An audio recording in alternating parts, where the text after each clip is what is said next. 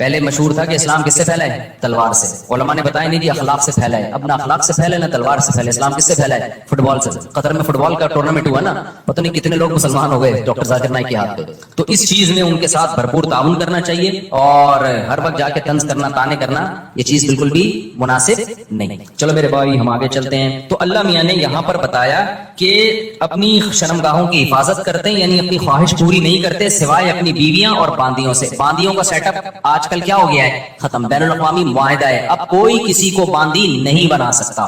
کوئی عورت آ کے باندی بننا بھی چاہے نا کہ میں آج سے آپ کی غلام ہوں, لونڈی ہوں, نہیں ہو سکتا. یہ سمجھتے ہو اسلام نے آزاد عورت کو یہ رائٹ ہی نہیں دیا کہ وہ کسی کی باندی بن جائے. وہ صرف جنگوں میں قید ہوا کرتی تھی اور پوری دنیا میں یہ تھا کہ یہ معاہدہ تھا. اب وہ پوری دنیا میں معاہدہ ہو گیا ہے کہ اب جنگوں میں جو قید ہوگی وہ باندی نہیں بنے گی. تو اسلام نے معاہدے کی پابندی کا حکم دیا ہے, سمجھتے ہو, کیونکہ اسلام میں کوئی لازمی حکم نہیں تھا باندی بناؤ. تو اس لیے اب آپ کے پاس ایک ہی آپشن رہ گیا ہے.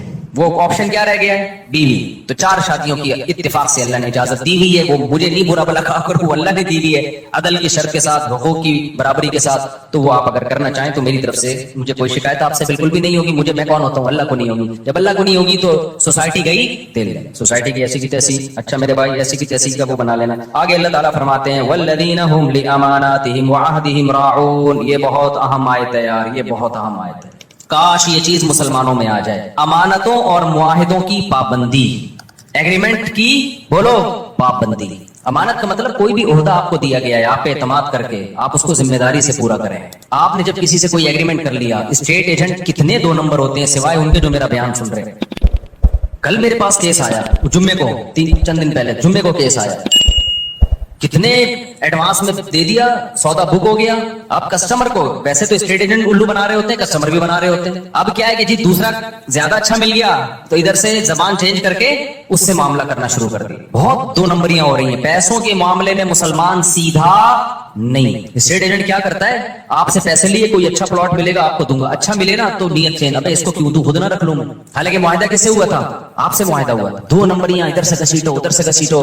آپ نے جب مالک مکان سے گھر لیا کرائے پر, آپ نے معاہدہ یہ کیا تھا 1 سے لے کے 5 تاریخ تک میں کرایہ, عام طور پہ 5 تک دے دیا جاتا. آپ نہیں دے رہے 5 تاریخ کو کرایہ. اس کا فون آ رہا ہے, بھائی کرایہ کیوں نہیں دیا؟ آپ کہ چلو اب دے دیتا ہوں میں. معاہدہ تو توڑ دیا نا آپ نے, معاہدہ 5 کا ہوا تھا. اب وہ کال کر کے کیوں بتا رہا ہے آپ کو؟ نہیں آئی بات. جو کام آپ کا تھا وہ کیوں, بیت الخلا جب جانا ہوتا ہے دوسرا بتا رہا ہوتا ہے سر آپ 24 گھنٹے ہو گئے ابھی تک واش روم نہیں گئے, کائنڈلی اب آپ چلے جائیں, آپ کی ضرورت ہے نا واش روم. جب آپ کو تقاضا ہوتا ہے آپ کسی سے مشورہ لیتے ہو یا ڈاکٹر کہے گا فوراً جاتے ہو.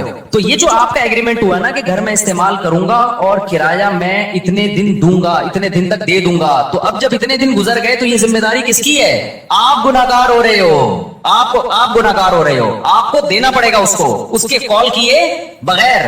سمجھتے ہو کہ نہیں سمجھتے ہو؟ آپ کسی اسکول میں ٹیچر ہو, آپ کا ایگریمنٹ ہوا تھا کہ آپ بچوں کو پڑھاؤ گے اور تنخواہ لو گے, آپ پڑھا رہے نہیں ہو, تنخواہ پوری لے رہے ہو. یہ معاہدے کی خلاف ورزی ہے یا نہیں ہے؟ کسی سیاستدان نے ووٹ لیے اس بیس پہ کہ میں یہ کروں گا میں یہ کروں گا, ووٹ لے کے جیت گیا, اب نہ یہ کر رہا ہے نہ وہ کر رہا ہے, پوری قوم اس میں مبتلا ہے, کوئی بھی مستثنا نہیں ہے. تو یہ بہت بڑا المیہ ہے, بہت بڑا المیہ ہے. تو معاہدوں کی پاسداری کرنی پڑے گی آپ کو, مذہب کا حکم ہے. والذین هم علی صلواتهم یحافظون, اور وہ لوگ اپنی نمازوں کی حفاظت کرتے ہیں. نماز کو اللہ نے 2 دفعہ ذکر کیا, پہلے کہا خشوع و خضوع سے پڑھتے ہیں, اب کہا کیا کرتے ہیں؟ حفاظت. حفاظت کا مطلب پتہ ہے کیا ہے؟ ٹائم پہ پڑھنا. کیونکہ ٹائم گزار دیا تو ضائع کر دیا آپ نے, ٹائم گزار دیا تو کیا کر دیا؟ ضائع کر دیا. انہی آیتوں کی وجہ سے امام ابو حنیفہ سفر میں 2 نمازیں اکٹھی پڑھنے کے قائل نہیں ہیں, کیونکہ قرآن کہہ رہا ہے کہ اپنی نمازوں کی حفاظت. حفاظت کا مطلب کیا ہے؟ ایک صاحب نے کہا کہ قرآن نے کہا حفاظت کرتے ہیں, قرآن نے کہا ہر نماز کا ایک وقت مقرر ہے. قرآن میں ہے نا ان الصلاۃ کانت علی المؤمنین کتابا موقوتا, اور یہ سفر کے بارے میں نازل ہوئی ہے کہ ہر نماز کا ایک ٹائم متعین ہے. انہوں نے کہا جب قرآن میں آتا ہے ہر نماز کا ایک ٹائم متعین ہے تو ہمیں حدیث سے پتہ چلتا ہے کہ سفر میں 2 نمازوں کا ایک ہی ٹائم ہے. حالانکہ ایسا ہے نہیں. حدیث جبریل سے پتہ چلتا ہے کہ ہر نماز کا ٹائم کیا ہے؟ ہر نماز کا ایک متعین ٹائم ہے. حدیث جبریل سے پتہ چلتا ہے ظہر یہاں تک, عصر یہاں تک, عصر سے مغرب کا ٹائم, پھر مغرب سے عشاء. حدیث جبریل مشہور حدیث ہے, اس سے پتہ چلتا ہے. اور جو سفر میں آتا ہے نا حدیث میں 2 نمازیں اکٹھی پڑھی ہیں, اکثر لوگ ہم پہ طنز کرتے ہیں کہ جب نبی نے فرمایا 2 نمازیں اکٹھی پڑھی ہیں تو آپ کیوں نہیں پڑھتے؟ بھائی بخاری مسلم کی حدیث ہے کہ نبی نے بغیر سفر کے بھی 2 نمازیں اکٹھی پڑھی ہیں, تو جو اس کا مطلب ہے وہ اس کا بھی وہی مطلب ہے, ان حدیثوں کا بھی. اور اس کا مطلب کیا ہے؟ علامہ شوکانی جو ہے غیر مقلد عالم تھے، انہوں نے لکھا ہے کہ اس کا مطلب ہے دو نمازیں اکٹھی ایسے پڑھی ہے کہ ہر نماز اپنے وقت پہ پڑھی ہے. ایک کو مؤخر کیا ظہر کو، اور جب ظہر کا وقت ختم ہوا تو فوراً اثر پڑھ لی، یعنی اثر اپنے وقت پہ پڑھی، ظہر اپنے وقت پہ پڑھی. تو جو مطلب اس حدیث کا ہے نا جس میں آتا ہے نبی نے بغیر کسی عذر بارش کے دو نمازیں اکٹھی پڑھی ہیں، ہم کہتے ہیں یہی سفر کا بھی یہی مطلب ہے. اس سے تمام قرآن اور تمام حدیث میں کیا ہو جاتا ہے؟ تطبیق ہو جاتی ہے آرام سے، سوائے حج کے. حج تو خلاف قیاس ہے. تو یہ جو آج کل اتنا زیادہ رواج ہو گیا ہے نبی کے بھائی جاؤ، جب بھی لوگ جاتے ہیں سفر میں بعض تو گھر میں ہی پڑھ لیتے ہیں اکٹھی. تو کوئی کسی فرقے کو فالو کر رہا ہے ہمیں اس پہ اعتراض نہیں ہے، لیکن آپ یہ کہنا کہ ہمیں قرآن و حدیث کا پتہ ہے اور احناف کو قرآن و حدیث کا نہیں پتا، یہ آپ کبھی بیٹھو تو ہم بتائیں کہ اللہ کا شکر ہے ہمیں جتنا پتا ہے شاید آپ سے زیادہ ہی پتا ہو، آپ سے کم پتا نہیں ہے. تو یہ آخری بات، یہ چونکہ موضوع چل گیا ہے تو بس ایک منٹ میں اس بحث کو سمیٹتا ہوں. دیکھو قرآن مجید متواتر ہے، اس کا ایک ایک لفظ من جانب اللہ ہے، اس میں ایک حرف میں بھی تحریف نہیں ہوئی ہے. قرآن جگہ جگہ کہتا ہے ایمان والے اپنی نمازوں کی حفاظت کرتے ہیں، جگہ جگہ کہتا ہے، بار بار کہتا ہے. اور حدیث جبریل سے پتہ چلتا ہے کہ ہر نماز کا ایک ٹائم متعین ہے، اس میں سفر اور حضر میں نبی نے کوئی فرق نہیں بیان کیا. تو ہم یہ کہتے ہیں کہ جو متواتر ہے نا اس کے خلاف جب کوئی اتنی مضبوط دلیل ہوگی جو اسی جیسی ہوگی تو پھر تو مانی جائے گی، نہیں ہوگی تو اس میں تعویل کی جائے گی. تو قرآن کے مقابلے میں جو احادیث ہیں جن میں آتا ہے کہ دو نمازیں اکٹھی پڑھی جائیں، ان کے بارے میں خوب سمجھ لو. یا تو وہ واضح نہیں ہے کہ اکٹھی کا مطلب کیا ہے، قضا کر کے پڑھی ہے یا قضا کیے بغیر پڑھی ہے، وہ واضح نہیں ہے. بلکہ صحیح حدیث سے پتہ چلتا ہے کہ اس طرح پڑھی ہے کہ ظہر کو عصر کے قریب اور عصر کو مقدم. یہ صحیح حدیث سے ہی پتہ چلتا ہے. میں انشاءاللہ اس پہ پورے حوالوں کے ساتھ ایک کلپ ریکارڈ کرواؤں گا، ابھی تو میں اس بیان کے لیے بیٹھا نہیں ہوں یہاں پہ. تو وہ احادیث جن میں آتا ہے دو نمازیں اکٹھی پڑھی ہیں وہ واضح نہیں ہے، اور جو واضح ہیں وہ صحیح نہیں ہے، ان کی سند پہ کلام ہے. بات آ رہی ہے سمجھ میں؟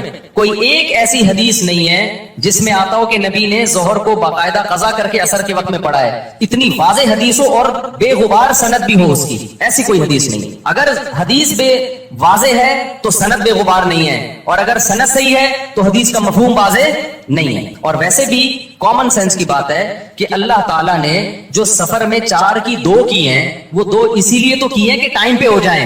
آپ کے پاس یہ عذر نہ ہو کہ جی مجھے ٹائم نہیں ملا، وہ ٹائم بچانے کے لیے ہی تو ہیں. جب آپ کو کوئی سہولت دی جاتی ہے اس لیے دی جاتی ہے نا کہ کام ہو جائے، اس لیے تھوڑی دی جاتی ہے کہ اس کو ڈیلے کر دیں آپ.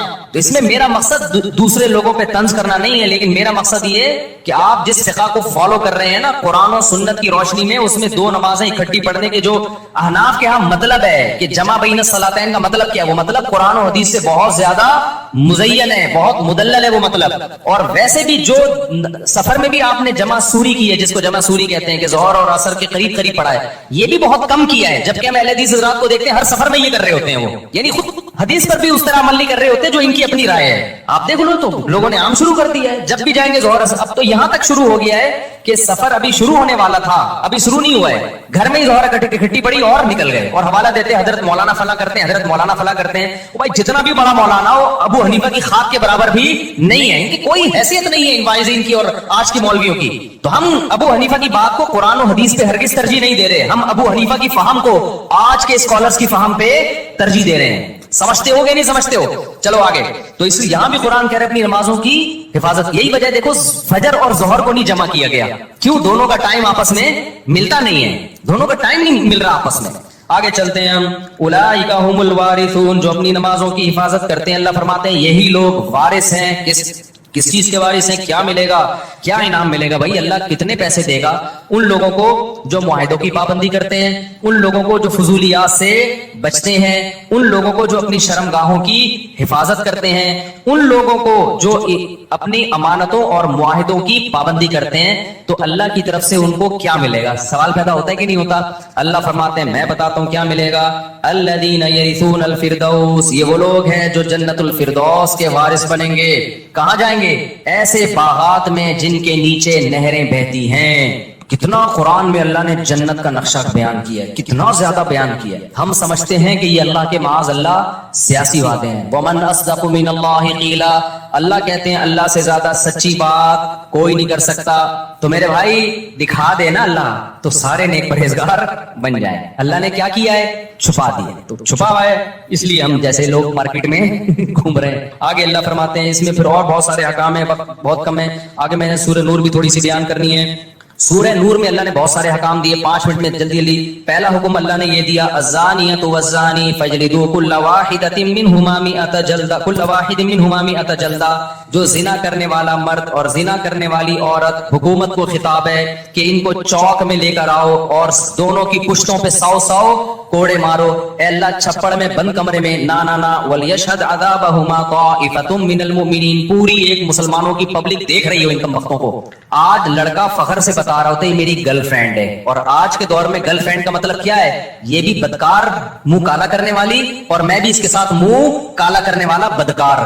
اتنا گندا غلیظ جرم, اور دوستوں کو فخر سے بتا رہا ہوتا ہے کہ میری گرل فرینڈ ہے. جب بھی کوئی آپ کے سامنے دیکھو, نہیں علی المنکر اپنی استطاعت کے بقدر فرض ہے. میں یہ نہیں کہہ رہا جو زنا کر رہے ہیں آپ کوڑے مارنا شروع کر دو, اس کی آپ کو اتھارٹی نہیں ہے, لیکن اتنا آپ کا فرض بنتا ہے جب کوئی دوست بتایا کرے نا میری گرل فرینڈ ہے, بول کام تو بھنگیوں اور چماروں والے کر رہا ہے, شکل سے شریف لگتا ہے, کام کیا کر رہا ہے, بھنگیوں اور چمارے والے, اور تھوڑے دن میں تیری شکل بھی بھنگیوں اور چماروں جیسی ہونے والی ہے. سمجھتے ہو کہ نہیں سمجھتے؟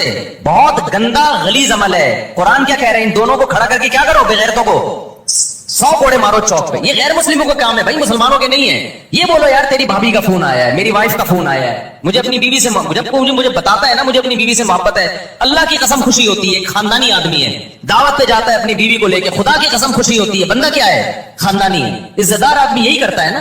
تو یہ گرل فرینڈ بوائے فرینڈ بھنگی اور چماروں کے کام ہیں. اللہ کو اتنا غضب ہے. اور یہ تو اللہ نے غیر شادی شدہ کے بارے میں کہا. شادی شدہ کے بارے میں حدیث متواتر ہے کہ ان کو تو زمین میں گاڑ کے کیا کیا ہے نبی نے, پتھر مارا. حالانکہ نبی سے زیادہ رحم دل کوئی بھی نہیں ہے. اتنا غضب, اللہ کا حکم, نبی بھی رحم دل ہے, نبی تو نہیں چاہتے تھے اس طرح کریں, لیکن حکم کس کا ہے بھئی, اللہ کا. اب میرے پاس آپشن نہیں ہے. زمین میں گاڑ کے پتھر مارے گئے, پتھروں سے زندہ. ایسا نہیں ہوتا کہ زانی مرد اور زانی عورت کو بے ہوشی کا انجیکشن لگا کے رجم کیا جائے گا. نا نا نا, جو شادی شدہ یہ زنا کر رہا ہے اس کو تو اس طرح سے مارنے کا حکم ہے. اتنا غلیظ اتنا پلید عمل ہے یہ اسلام کی نظر میں. تو جو غیر مسلم کر رہے ہیں, انگریز کر رہے ہیں, وہ نہیں مانتے آخرت کو, ان کو کرنے دو. یہ فیس بک پہ دینا شروع کر دو منگی چمار. میں آپ لوگ کے لیے جو آپ میں سے یہ کر رہا ہے اس کے لیے لفظ استعمال کر رہا ہوں. تو اس لیے اگر کسی سے یہ جرم ہو گیا ہے بھائی, پہلی فرصت میں کیا کرے, وہ توبہ کرے. یہ اس کے قریب بھی نہیں جانا اس گندے عمل کے. تو آگے اللہ تعالیٰ فرماتے ہیں کہ جو اپنی بیویوں پہ تہمت لگاتے ہیں ان کے لیے بھی اللہ نے, کچھ لوگ شکی مزاج ہوتے ہیں, بلا وجہ عورت پہ تہمت لگا رہے ہوتے ہیں, اس کے لیے پورا لعان کی آیتیں نازل ہوئی. وقت کم ہے, پھر کبھی ڈیٹیل بتائیں گے. پھر حضرت عائشہ رضی اللہ تعالی عنہا پر منافقین نے جھوٹی تہمت لگائی تھی. اللہ نے امی عائشہ کی پاک دامنی آسمان سے نازل کی کہ یہ پاک دامن ہے. اسی وجہ سے جو حضرت عائشہ رضی اللہ تعالی عنہا, دیکھو حضرت عائشہ کا ایسا مقام ہے, صحابی نے پوچھا یا رسول اللہ سب سے زیادہ محبوب آپ کو کون ہے؟ آپ نے فرمایا عائشہ. کیا فرمایا؟